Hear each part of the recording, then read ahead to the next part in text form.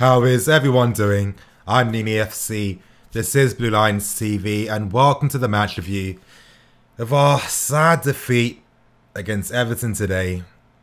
And my God, was it sad. Before I get into anything, today's video is brought to you by the OneFootball app. If you guys want to help me out, in the link in the description below will be a link to the OneFootball app. But getting straight into things, you guys.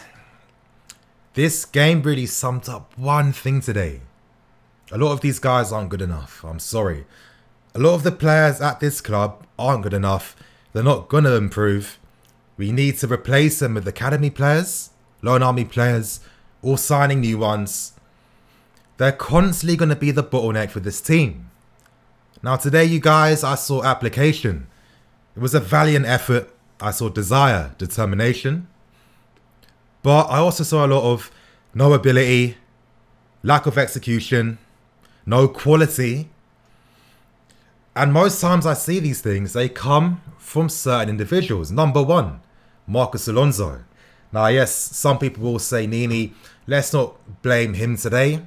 Blame the players for not scoring today. But no, he's not the only one. There's a few I'm going to mention today. But Marcos Alonso.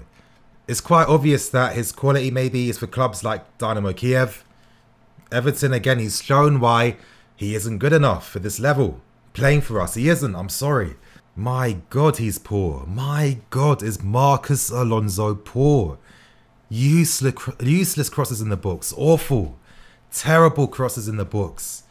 Those stupid infield runs. Those useless infield runs. I want to see Hazard in the box. I want to see Hazard inside the box, in the half space. Not Marcos Alonso. What, so he can hit the post again? Or lose the ball, which he 9 times out of 10 does every single time he moves central.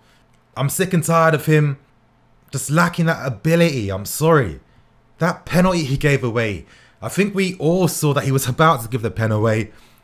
Oh, he doesn't help the team. He doesn't help the left-hand side. He doesn't help the width. He doesn't help out defensively. He doesn't help us in possession. He isn't good enough. And this is what I mean by there being no proper planning at this club when it comes to how we are run as a football club. There's none of that.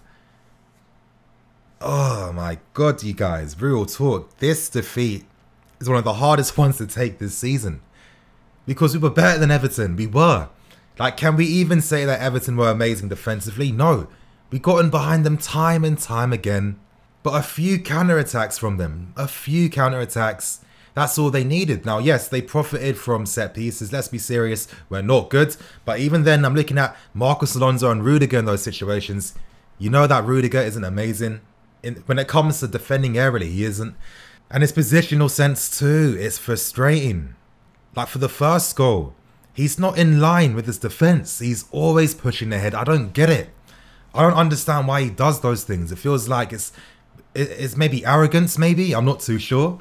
But they're the subtle things in games that make a difference. I know a lot of people won't care about what I just said then, or won't agree. But these things add up. Pedro today, he really sums up what I was saying about a lot of desire and application. It was a valiant effort. But anything involving footballing ability was not on show from Pedro today. Oh my God, he's not good enough anymore. He's declined. I've mentioned time and time again, the major bottleneck for Sarri and this team right now is that too many of the players he has at his disposal just aren't good enough. I mean, Pedro today, yeah, he worked hard, he did. But all his final balls were poor. His finishing was awful today.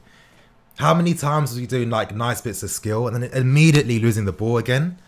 It's hard for Sarri. Like, there's not many players to rely upon as much. I know Hudson-Odoi maybe should be starting more. I'm hoping after the international break, Sarri's going to really think, wow, I need to focus more on getting goals. That's what we lack in this team. And I've said this. I've done a 5 talking points video on this. We need to start scoring more.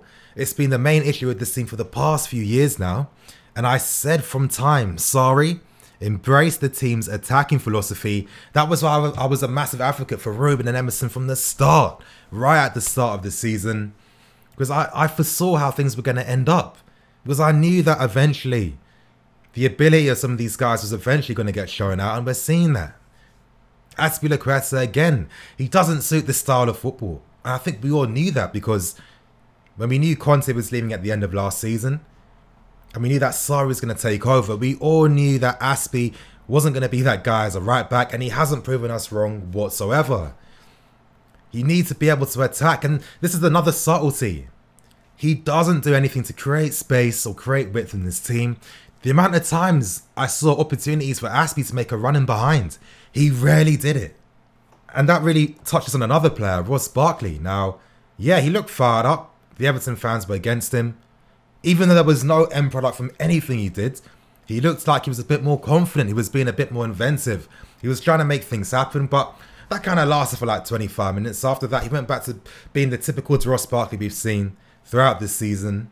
Just when you compare him and Ruben playing together, you see Ruben, what's one thing he constantly does every time?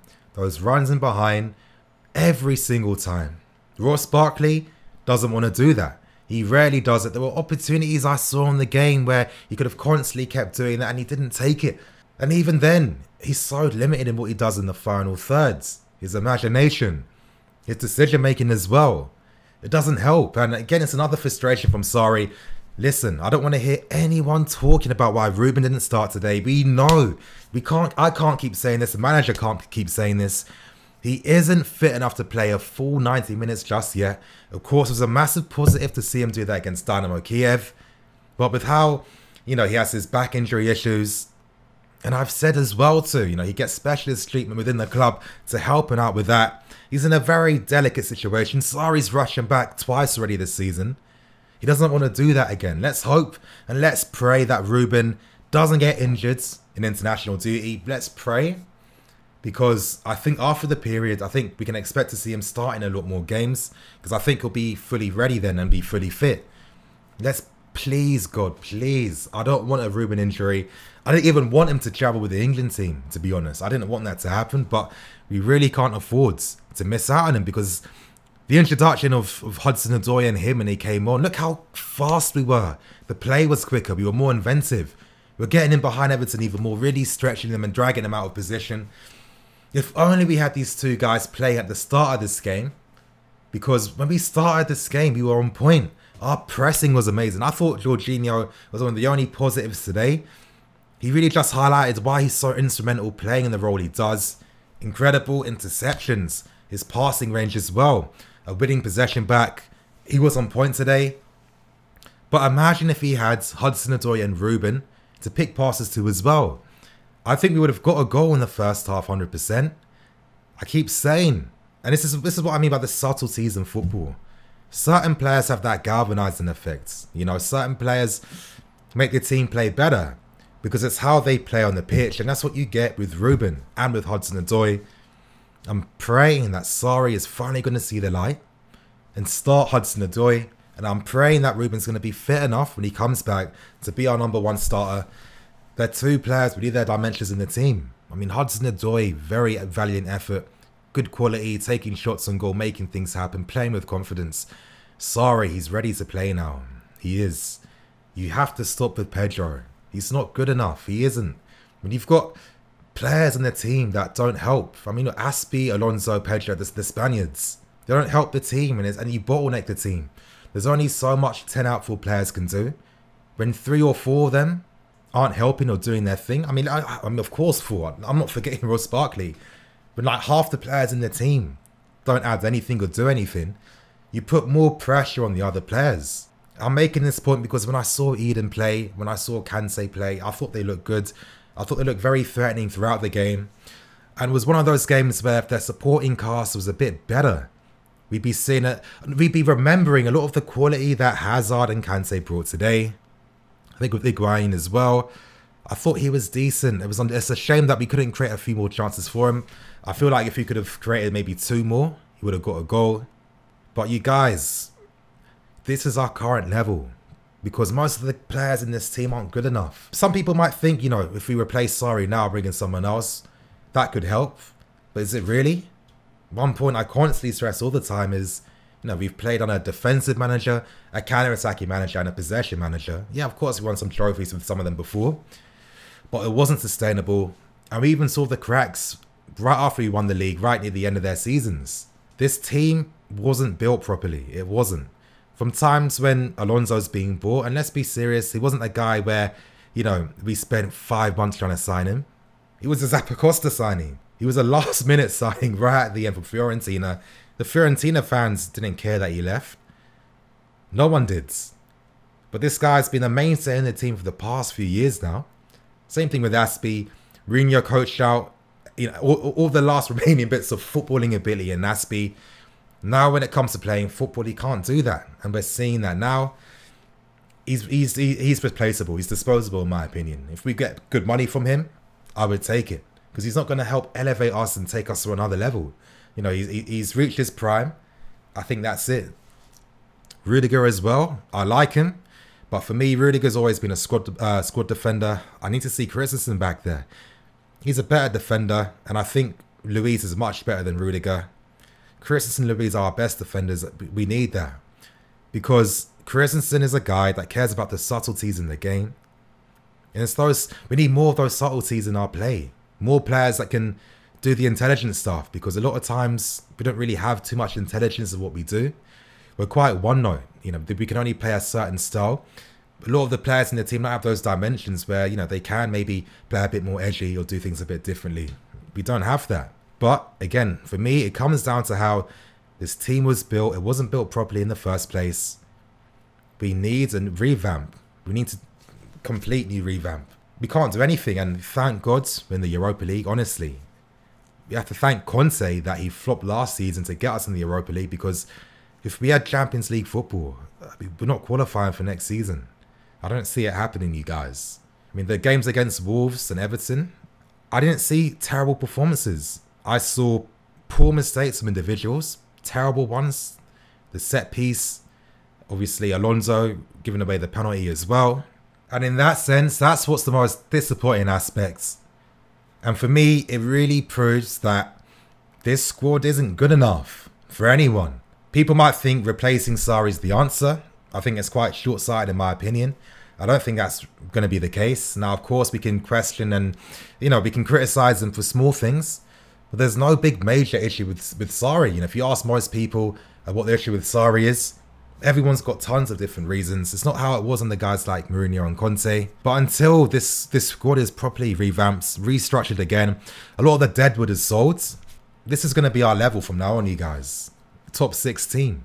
We're regressing. That's what's happening right now. And it's going to continue to be like that until tough decisions are made. And for me, I think the tough decision is persisting with Sarri, really allowing him to get the squad he needs, and replacing a lot of the guys that you're giving contracts to. I'm sorry, Aspie and Alonso don't really need to be here anymore, in my opinion. That's with a few of these guys. Ross Barkley, he's not going to get any better. He's played so many games this season. We haven't seen any improvement whatsoever, and it's not going to come. The amount of opportunities wasted in the game today is criminal.